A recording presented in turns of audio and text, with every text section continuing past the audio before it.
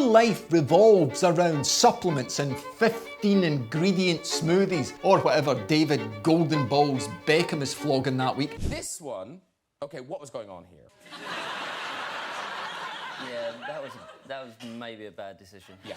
Then congratulations, you might just be aging faster than what you think you are, certainly faster than what you're led to believe. I'm going to show you why this obsession with being perfectly healthy is quietly aging you faster than the so-called lazy people sitting on their couch. Yeah, you'll learn 3 bulletproof lessons that will help you stop chasing perfection and start building the kind of fitness that actually lasts, mentally, physically, and biologically. You know, a few years back, I got caught up in all this nonsense as well. I was tracking every single calorie, testing every supplement, and I was training like a man who thought the Grim Reaper had a stopwatch on him. You see, I wasn't unhealthy though. I was unwell. There's a difference. Ulcerative colitis had changed me, but I had forgotten the point of everything I was doing. To feel alive. You see, the truth is about longevity. It's not about chasing health perfection. It's about building a body and a mind that can handle whatever life throws at you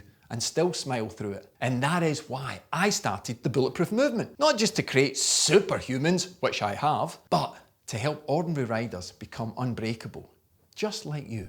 You see, most health freaks, now don't squirm, okay? I see them adding stress to their lives rather than taking it away, but it's disguised as discipline. They're tracking everything: heart rate, steps, HRV, blood sugar, hydration, bowel movements, how many times the in-laws are visiting, when did I last cut the grass, you name it. But here's the paradox: the harder you chase control, the more you activate the stress response. Cortisol, adrenaline, inflammation. Look, think about this. A missed tablet or pill intake leads to a meltdown in a lot of people. A poor workout is just the result of poor timing of their supplement. Tiredness, well, that's someone else's fault, isn't it? You see, in all these cases, think about it. It's a missed opportunity to learn about your naked health and fitness. Look, even the UCI, who jump on every new science bandwagon going, they have recently stopped supporting ketone supplements. They haven't banned them, but they're not backing them. What does this mean? Well, in translation, even cycling's governing body knows when to stop pretending that every shiny new thing around is going to make you faster, going to make you healthier. Your supplements can't lead you to calm. Only you and your mindset can lead you to strength. Most riders treat nutrition like it's some sort of trend. Keto one week, fasting the next week, biohacking with some mushroom in their coffee the following week just because someone on Instagram said, "It works wonders for me, I feel 20 years younger." Might have been Beckham, I don't know. I don't know if I can blame that one on him, but I like to anyway. Really? You see, the thing is, your body doesn't want fads. It wants real fuel. It wants real food. And that comes in the form of glycogen. It's the only fuel your brain's going to use, but many people think carbs are bad. I'm trying to lose weight, coach. What are you talking about? Let me ask you this. When you looked at nutrition for your bike, what did you do? Did you think of real food, or did you go online and buy a whole load of gels, bars? Start to look at what the pros use. Probably. You need to use real food. You see, here's the thing. If you start restricting the fuel for your engine, your testosterone tanks, yeah, which means you become more tired, your mood tanks, and you become less motivated to do the workouts in the first place, and you think the whole thing's a waste of time. By restricting very low the calories that you take in, your body's going to get used to that. So that's why you're tanking. You see, in midlife cycling, it's a lot more damaging to the body than it was 20 years ago to you, but you don't think like that. You need glycogen, you need energy. Real food. To stay young and healthy, you gotta have something you can repeat every day, and it's not costing you a bloody fortune to stack up the shelves with the latest trend in nutrition. Okay, lesson 3, recovery. Of course it is. After 50, recovery is adaptation. Every hour that you sleep, every calm day that you have, every deadline that you make at work, every bloody laugh you have with your family. It's like taking a dose of anti-aging medicine for free. You add into this good forms of protein. Of course you do. You see, protein is there for repair, rebuilding, maintaining your muscles, capillary networks, and the cells in your bloody body. But people get confused because they think it's too many calories. Don't be so stupid, okay?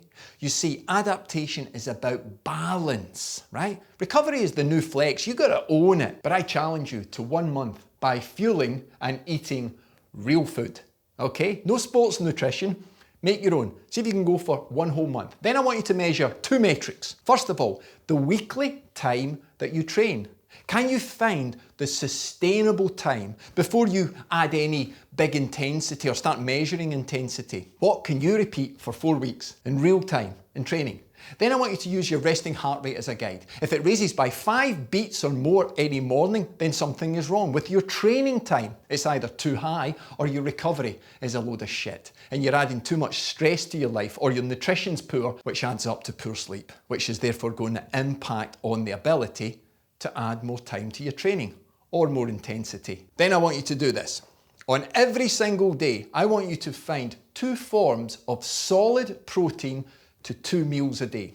Okay, 2 meals a day that contain that solid protein. I don't care what diet you follow. Sure, you may sneak a little bit of a protein shake in there to get the numbers up.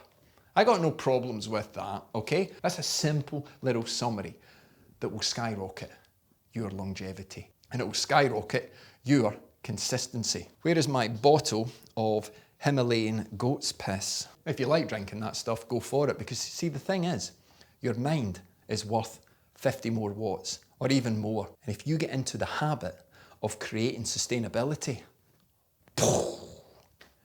you'll skyrocket your mindset as well. So does this work? Hell yes, it works. Let me tell you about Michael Harrison. He's one of my Bulletproof riders as I put my shoes on the right feet. He'd been going through a tough spell, struggling with fatigue, doubting his own progress, maybe thinking his best years were behind him. But he kept showing up. And last week, in a virtual race, he hit an all-time high 20-minute power output. He sent me the message that simply just read, "Life in the old dog yet." I'll pop it up on the screen. Okay? You see, that's what it's all about.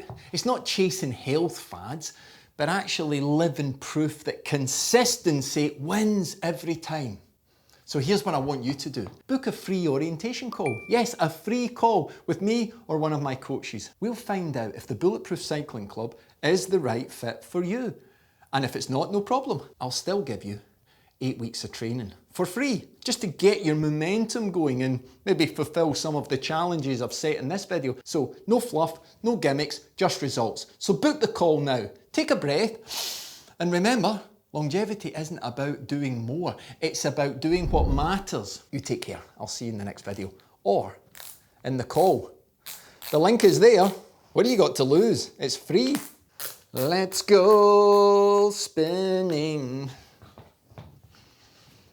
Helmet.